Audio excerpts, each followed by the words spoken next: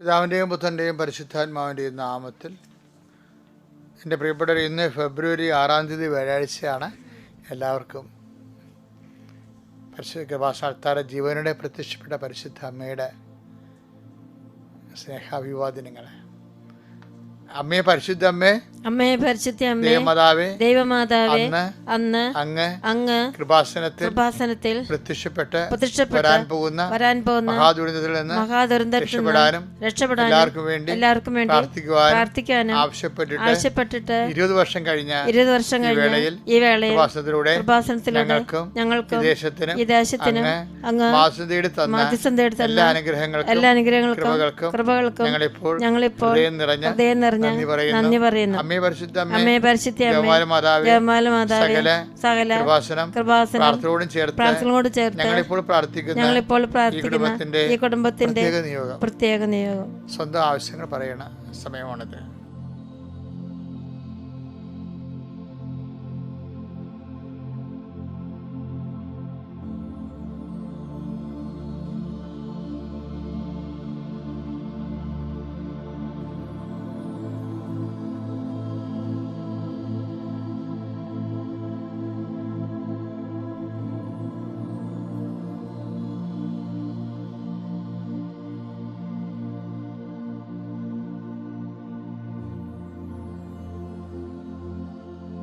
അമ്മയുടെ പ്രത്യക്ഷീകരണത്തിന്റെ വേളയിൽ ഞങ്ങൾക്ക് കനിയണമേ.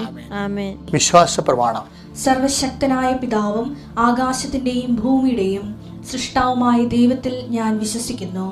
അവിടുത്തെ ഏകപുത്രനും ഞങ്ങളുടെ കർത്താവുമായ ഈശോ മിശിഹായിലും ഞാൻ വിശ്വസിക്കുന്നു. ഈ പുത്രൻ പരിശുദ്ധാത്മാവിനാൽ ഗർഭസ്ഥനായി കന്യകാമറിയത്തിൽ നിന്ന് പിറന്ന് പൊന്തിയോസ് പീലാത്തോസിന്റെ കാലത്ത് പീഡകൾ സഹിച്ച് കുരിശിൽ തറയ്ക്കപ്പെട്ട് മരിച്ച് അടക്കപ്പെട്ട് പാതാളങ്ങളിൽ ഇറങ്ങി മരിച്ചവരുടെ ഇടയിൽ നിന്ന് 3-ാം നാൾ ഉയർത്ത് സ്വർഗത്തിലേക്ക് എഴുന്നള്ളി സർവശക്തിയുള്ള പിതാവായ ദൈവത്തിന്റെ വലതുഭാഗത്തിരിക്കുന്നു. അവിടെ നിന്ന് ജീവിക്കുന്നവരെയും മരിച്ചവരെയും വിധിക്കുവാൻ വരുമെന്നും ഞാൻ വിശ്വസിക്കുന്നു. പരിശുദ്ധാത്മാവിലും ഞാൻ വിശ്വസിക്കുന്നു. വിശുദ്ധ കത്തോലിക്കാ സഭയിലും പുണ്യവാന്മാരുടെ ഐക്യത്തിലും പാപങ്ങളുടെ മോചനത്തിലും ശരീരത്തിന്റെ ഉയർപ്പിലും നിത്യമായ ജീവിതത്തിലും ഞാൻ വിശ്വസിക്കുന്നു. ആമേൻ. സുഖസ്ഥനായ ഞങ്ങളുടെ പിതാവേ, അങ്ങയുടെ നാമം പൂജിതമാകണമേ. അങ്ങയുടെ രാജ്യം വരണമേ. അങ്ങയുടെ തിരുമനസ് സ്വർഗത്തിലെ പോലെ ഭൂമിയിലും ആകണമേ. അന്നു വേണ്ടുന്ന ആഹാരം ഇന്ന് ഞങ്ങൾക്ക് തരണമേ. ഞങ്ങളോട് തെറ്റ് ചെയ്യുന്നവരോട് ഞങ്ങൾ ക്ഷമിക്കുന്നത് പോലെ ഞങ്ങളുടെ തെറ്റുകൾ ഞങ്ങളോടും ക്ഷമിക്കണമേ. ഞങ്ങളെ പ്രലോഭനത്തിൽ ഉൾപ്പെടുത്തരുതേ, തിന്മയിൽ ഞങ്ങൾ രക്ഷിക്കണമേ. ആമേൻ. നന്മ നിറഞ്ഞ മറിയമേ, സ്വസ്തി. കർത്താവ് അങ്ങയുടെ കൂടെ സ്ത്രീകളിൽ അങ്ങ് അനുഗ്രഹിക്കപ്പെട്ടവളാകുന്നു. അങ്ങയുടെ ഉദരത്തിൻ ഫലമായി ഈശോ അനുഗ്രഹിക്കപ്പെട്ടവനാകുന്നു. പരിശുദ്ധ മറിയമേ, തമ്പുരാന്റെ അമ്മേ, പാപികളായ ഞങ്ങൾക്ക് വേണ്ടി ഇപ്പോഴും ഞങ്ങളുടെ മരണസമയത്തും തമ്പുരാനോട് അപേക്ഷിക്കണമേ. ആമേൻ. എൻ്റെ പ്രിയപ്പെട്ടവരെ, ഒത്തിരി പേര്, അതായത് 20,000 പേരാണ് ഒരേ സമയത്ത് ഈ ശുശ്രൂഷ ലൈവായിട്ട് കൂടുന്നത്. 20,000 പേര് കൂടിയാൽ പോരാ, മൊത്തം കൂടെ 1,00,000 പേരാണിത് കൂടണത്. അപ്പോൾ ഈ 1,00,000 പേര് 5:30 തന്നെ എഴുന്നേക്കാൻ ശ്രദ്ധിക്കണം. അപ്പോഴേ എന്നുവെച്ചാൽ ആ ഒരു ഫ്രഷ് ഹാൻഡോടുകൂടി നമ്മൾ ഒരു പ്രാർത്ഥനയെ കൂടി നമ്മൾക്കൊരു ആ അന്നത്തെ ദിവസത്തിൻ്റെ പ്രത്യേക നിയോഗങ്ങളെ ഓർത്ത് എംപവർ ചെയ്യാൻ കഴിഞ്ഞു, പ്രാർത്ഥിക്കാൻ കഴിഞ്ഞു. പിന്നെ അത് ഷെയർ ചെയ്തൊരു സുവിശേഷ വേലയും കൂടി ചെയ്യണം നമ്മൾ. അപ്പോൾ വളരെ നല്ലൊരു ശുശ്രൂഷയാണ്. എല്ലാവരും അത് ശ്രദ്ധിച്ച് വേണ്ട പോലെ ചെയ്യാൻ വേണ്ടി ശ്രദ്ധിക്കണം. എൻ്റെ പ്രിയപ്പെട്ടവരെ, നമ്മൾ പ്രാർത്ഥിക്കാൻ തുടങ്ങുന്നു. അനുദിന അനുഗ്രഹ പ്രാർത്ഥനയുടെ ഭാഗമായിട്ട് ശിരസ് നമിച്ച് ആശീർവാദവും അനുഗ്രഹവും പ്രാപിക്കാം. ഈ ദിവസത്തിൻ്റെ അനുഗ്രഹങ്ങളാണ്. കർത്താവിൻ്റെ വിശുദ്ധ പൗരോഹിത്യത്തെ മഹത്വപ്പെടുത്തണമേ. കർത്താവ് സഭയിലുള്ള സാന്നിധ്യം പ്രകടമാക്കണമേ. എൻ്റെ കർത്താവേ, എല്ലാ വിഷയങ്ങളും ഞങ്ങൾക്ക് ഞങ്ങളുടെ ബുദ്ധി, കഴിവ്, വിദ്യാഭ്യാസം, ആരോഗ്യം, അങ്ങനെയുള്ള ഞങ്ങളുടെ യോഗ്യതകളുടെ അപ്പുറത്ത് നടക്കാത്ത കാര്യങ്ങൾ നടക്കരുതെന്ന്, അതില്ലെങ്കിൽ ഞങ്ങൾ തുരഞ്ഞു പോകണമെന്നല്ല നീ ആഗ്രഹിക്കുന്നത്. നിന്റെ അനന്തമായ സ്നേഹത്താൽ നീ കണ്ടുപിടിച്ച ഒരു ഫോർമുല സൂത്രവാക്യമാണ് എന്താണ്? Not by merit but by grace. അത് നിൻ്റെ ബുദ്ധിയിൽ നിന്ന് കർത്താവിൻ്റെ ഡിവൈൻ ഇൻ്റലിജൻസിൽ വന്നതാണ്. എന്താണ്? യോഗ്യതയില്ലെങ്കിലും കർത്താവിൻ്റെ ഒരു പ്രൊവിഷൻ ഇട്ടിരിക്കുക സാധ്യത. എന്താണ്? കർത്താവിൻ്റെ കൃപ. കർത്താവ്, ആ കൃപയാൽ ഞങ്ങളെ താങ്ങണമെന്ന് പ്രാർത്ഥിക്കുന്നു ഈശോയെ. ആ കൃപ നീ വഴിയാണ് ഉണ്ടായത്. നിങ്ങൾക്കറിയാം, കൃപയും സത്യവും യേശുക്രിസ്തു വഴി ഉണ്ടായി. മോശ വഴി നിയമങ്ങൾ നൽകപ്പെട്ടു, വചനങ്ങൾ നൽകപ്പെട്ടപ്പോൾ കൃപയും സത്യവും യേശുക്രിസ്തു വഴി ഉണ്ടായി.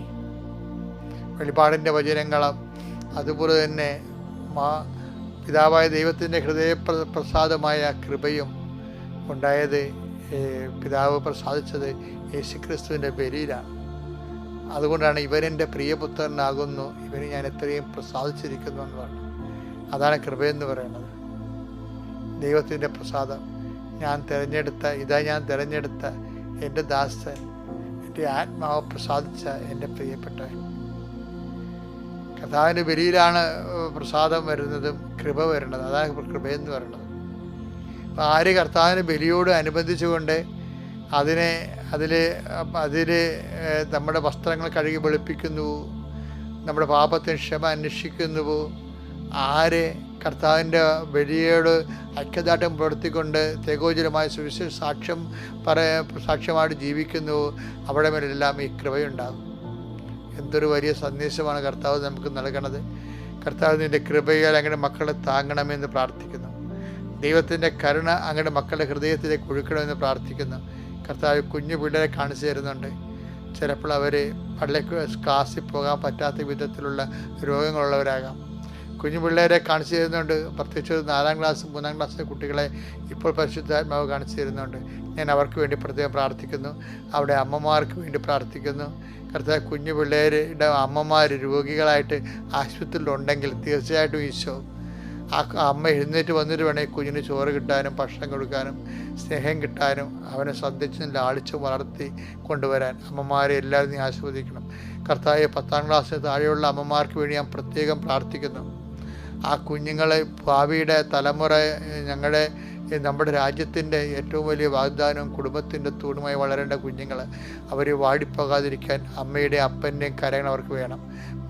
അത് കർത്താവ്, വിവാഹബന്ധം വേർപെടാൻ പോകുന്ന സ്വന്തം വൈകാരിക ഭ്രാന്തിൻ്റെ പേരിലും അതുപോലെ തന്നെ കുടുംബത്തിൻ്റെ ഉത്തരവാദിത്തങ്ങൾ നിർവഹിക്കാൻ ആവശ്യമായ മാനസിക പക്വതയില്ലാത്തതിൻ്റെ പേരിലും ഭാര്യ ഭർത്താക്കന്മാർ കുഞ്ഞുങ്ങളെ വഴിയാതരാക്കാൻ അകന്നു പോകുന്ന ക്രൂരകൃത്യങ്ങളുണ്ട്. കുഞ്ഞുങ്ങളെ ഇതുപോലെ അവരുടെ ബാല്യത്തെ കൊല ചെയ്യുന്നവർക്ക് മാനസാന്തരം ഉണ്ടാകണം. അവർക്ക് അവരുടെ മാനസാന്തരം ഉണ്ടായ കുഞ്ഞുങ്ങളെ ചേർത്ത് പിടിക്കാൻ വേണ്ടി അല്പം ചില അമ്മമാരോട് പറഞ്ഞിട്ടുണ്ട്. അപ്പന്മാരൊക്കെ ആ മക്കളെ ഓർത്താണെന്ന്. സത്യമാണ്. മക്കളെ ഓർത്ത് ത്യാഗം അനുഭവിച്ച് കുടുംബത്തിൻ്റെ ത്യാഗങ്ങളെ ഏറ്റെടുത്തുകൊണ്ട് നിശബ്ദമായി സുവിസാക്ഷ്യമായി പോകുന്ന എല്ലാവരെയും ഞാൻ ആസ്വദിക്കുന്നു. എല്ലാവരെയും ഞാൻ അനുഗ്രഹിക്കുന്നു. ദൈവത്തിൻ്റെ സമ്പത്താകുന്ന കൃപയാൽ നിങ്ങളുടെ ഹൃദയവും മനസ്സും ആത്മാവും നിറയട്ടെ. കർത്താവ്, നിങ്ങളെല്ലാത്തിനും അതിജീവിക്കാൻ വേണ്ടി നിങ്ങൾക്ക് സഹിക്കാൻ പറ്റുന്നില്ലെന്ന് പറഞ്ഞാൽ കർത്താവിനോട് പറയുമ്പോൾ കർത്താവിൻ്റെ സഹനത ചേർത്ത് വെച്ചുകൊണ്ട് കർത്താവ് നിന്നെ ബലപ്പെടുത്തട്ടെ. എൻ്റെ ഈ പ്രാർത്ഥനയിലൂടെ കർത്താവിൻ്റെ കൃപാസനം നടക്കുന്ന ആയിരക്കണക്കിന് മനുഷ്യരുടെ പ്രാർത്ഥനയിലൂടെ നിൻ്റെ ജീവിതം ബലപ്പെടട്ടെ. നീ ആശ്രയം വെച്ചിരിക്കുന്നത് ഉടമ്പടിയിലാണെങ്കിൽ ഉടമ്പടി എടുത്തിരിക്കുന്ന ലക്ഷക്കണക്കിന് മനുഷ്യരുടെ ജീവിത പ്രവർത്തനങ്ങളുടെയും സുവിശേഷ സാക്ഷ്യങ്ങളുടെയും ഉപപ്രവർത്തനങ്ങളുടെയും നീ ദൈവപൈതലെ ഇന്ന് അനുഭവിക്കുന്ന പ്രയാസങ്ങളെ അതിജീവിക്കാൻ ആവശ്യമായ ആത്മധൈര്യത്തിൻ്റെ അഭിഷേകം കൊണ്ടാവട്ടെ.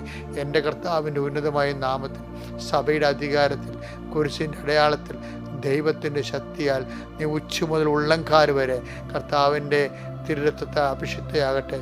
കർത്താവ്, ഏത് മേഖലയാണോ നീ തകർന്നു കിടക്കുന്നത്, ഏത് മേഖലയാണോ നിനക്ക് സഹായം വേണ്ടത്, ഏത് മേഖലയാണോ നിന്നെ ചേർത്ത് നിർത്തേണ്ടത്, ഏത് മേഖലയാണോ നിന്നെ താങ്ങിയെടുക്കേണ്ടത്, ആ മേഖലയിൽ പരിശുദ്ധ അമ്മ ദൈവമാതാവ് യേശുക്രിസ്തുവിൻ്റെ തിരുശരീരം, ചലനമറ്റ തിരുശരീരം പോലും കുരിശിൽ നിന്നെടുത്ത് താങ്ങിയെടുത്ത് മടി കിടത്തിയവളുടെ കൈകളിലേക്ക് ഞാൻ നിങ്ങളെ ഏൽപ്പിക്കുന്നു. നിങ്ങൾ ശക്തിപ്പെടുക, നിങ്ങൾ അതിജീവിക്കട്ടെ. കർത്താവിൻ്റെ കൃപ നിങ്ങൾ ആവശ്യിക്കട്ടെ.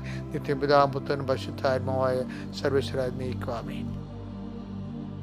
അതായത് ഇന്നത്തെ സന്ദേശം പറയുന്നുമ്പേ എൻ്റെ ആമുഖം പറയാറുണ്ട്. എന്ന് വെച്ച് കഴിഞ്ഞാൽ ഒരിക്കലും എൻ്റെ സഹപ്രവർത്തകനില്ലേ വിജയകുമാർ, അദ്ദേഹം ഇവിടെ വന്നത് 2003 വന്നതാണ്. ഇപ്പം ഇപ്പം 2023 കഴിഞ്ഞ് 25 ഇപ്പം 22 കൊല്ലം അദ്ദേഹം വന്നിട്ട്.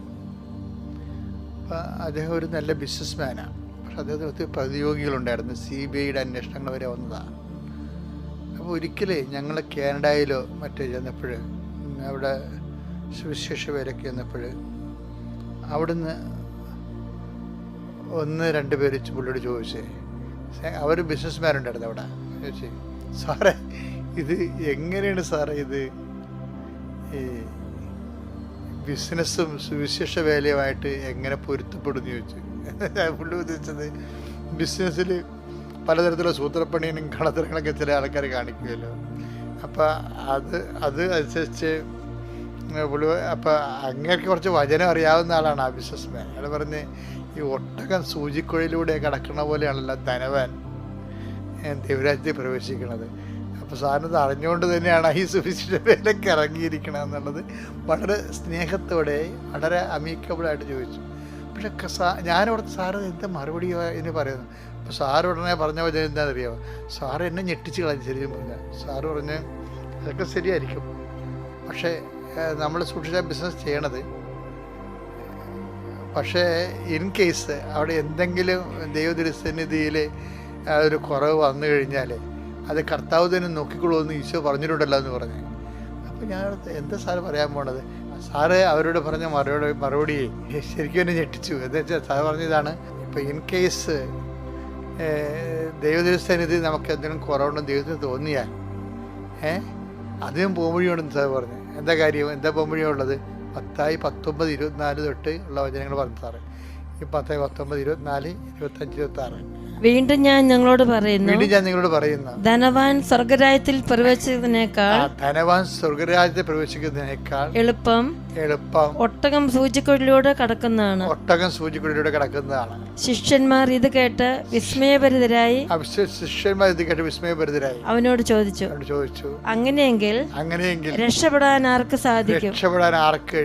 യേശു അവരെ നോക്കി പറഞ്ഞു, മനുഷ്യർക്ക് ഇത് അസാധ്യമാണ്, എന്നാൽ ദൈവത്തിനെല്ലാം സാധ്യമാണ്.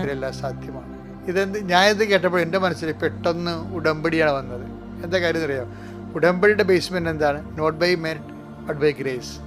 ഇൻ കേസ് നമ്മുടെ മെറിറ്റ് ലോസ്റ്റ് ചെയ്ത് കഴിഞ്ഞാൽ അടുത്ത ഓപ്ഷൻ എന്താണ്? അടുത്ത ഓപ്ഷൻ ഗ്രേസാണ്. അതാണ് നമ്മുടെ എഫേസ്യർ 2:8 ആപ്തവാക്യമാകുന്നതിൻ്റെ കാരണം. ഇവിടെ എന്താ പറഞ്ഞിരിക്കുന്നത്? അതായത് മനുഷ്യർക്ക് ഇത് അസാധ്യമാണ്, പക്ഷേ ദൈവത്തിനെല്ലാം സാധ്യമാണ്. മനുഷ്യർക്ക് യോഗ്യതയില്ലെങ്കിലും ദൈവത്തിന് എല്ലാം സാധ്യമാണ്. ബട്ട് ബൈ ഗ്രേസ്, അതായത് കൃപ കൊണ്ട് ഒരു വ്യക്തിക്ക് സ്വർഗരാജ്യത്തിൽ പ്രവേശിക്കാൻ കഴിയുമെന്ന് ഈശോ പറഞ്ഞത്. കൃപ എവിടെ നിന്ന് കിട്ടും? ദൈവത്തിൽ നിന്നല്ല കിട്ടേണ്ടത്. അപ്പം ദൈവം എടുക്കേണ്ട, പക്ഷെ നമുക്ക് കൃപയോട് സഹകരിക്കാൻ പറ്റും. നമ്മുടെ ഈ കൂദാശ ജീവിതവും ആധ്യാത്മിക ജീവിതവും സുവിശേഷ മുന്നേറ്റവും അതുപോലെയുള്ള എല്ലാ കാര്യവും ദൈവത്തിൻ്റെ കൃപയോട് സഹകരിക്കലാണ്. അപ്പം കൃപയോട് നമുക്ക് സഹകരിക്കാൻ പറ്റും. അപ്പം ദൈവത്തിന് എല്ലാം സാധ്യമാണെന്ന്. അത് അങ്ങനെ സഹകരിക്കുമ്പോൾ എന്താ പ്രശ്നം എന്ന് അറിയാമോ? ഇപ്പം അതറിയണമെങ്കിലേ, അതായത് ഇപ്പം നമുക്ക് മെറിറ്റ് ഇല്ലെങ്കിലും ദൈവത്തിന് കൃപയുള്ളിടത്തോളം കാലം ദൈവത്തിന് നമ്മളെ സഹായിക്കാനുള്ള ഒരു കാലാവസ്ഥ സാഹചര്യം ഉണ്ടായാൽ മതി. ഈ സാഹചര്യം ക്രിയേറ്റ് ചെയ്യുന്നതാണ് നമ്മുടെ ബുദ്ധി എന്ന് പറയുന്നത്. അപ്പോൾ ഇത്രയും സീരിയസ് ആണ് ആധ്യാത്മിക ജീവിതം. അപ്പം അതുകൊണ്ട് നിങ്ങൾ പാപികളാണ്, അല്ലെങ്കിൽ നിങ്ങൾ കച്ചവടക്കാരാണ്, അല്ലെങ്കിൽ നിങ്ങൾ വേറെ ജീവിത വ്യാപനയ്ക്ക് വേണ്ടി ഒരു പ്രത്യേക അവസ്ഥയിൽ ജീവിക്കുന്നതാണ്. അതുകൊണ്ട് നിങ്ങൾ ഈ ജീവിതം ഇങ്ങനെയായിപ്പോയി, ഇനിയിപ്പോൾ ഞാൻ രക്ഷപ്പെടത്തില്ല, പ്രാർത്ഥിച്ചതും കാര്യമില്ല എന്നൊന്നും പറഞ്ഞ് ആരും നിരാശപ്പെടേണ്ട ഒരു കാര്യമില്ല. ദൈവത്തിന് നിന്നെ സഹായിക്കാൻ കഴിയും ഏത് സാഹചര്യത്തിലും എന്ന് വിചാരിച്ചുകൊണ്ട് നീ പാപത്തിനുമേൽ പാപം ചെയ്യണമെന്നല്ല എൻ്റെ അർത്ഥം. അതായത് നീ നിരാശപ്പെടരുത്, പ്രത്യാശയോടെ മുന്നോട്ട് പോകണമെന്നാണ് ഇന്നത്തെ സന്ദേശം. Praise the Lord.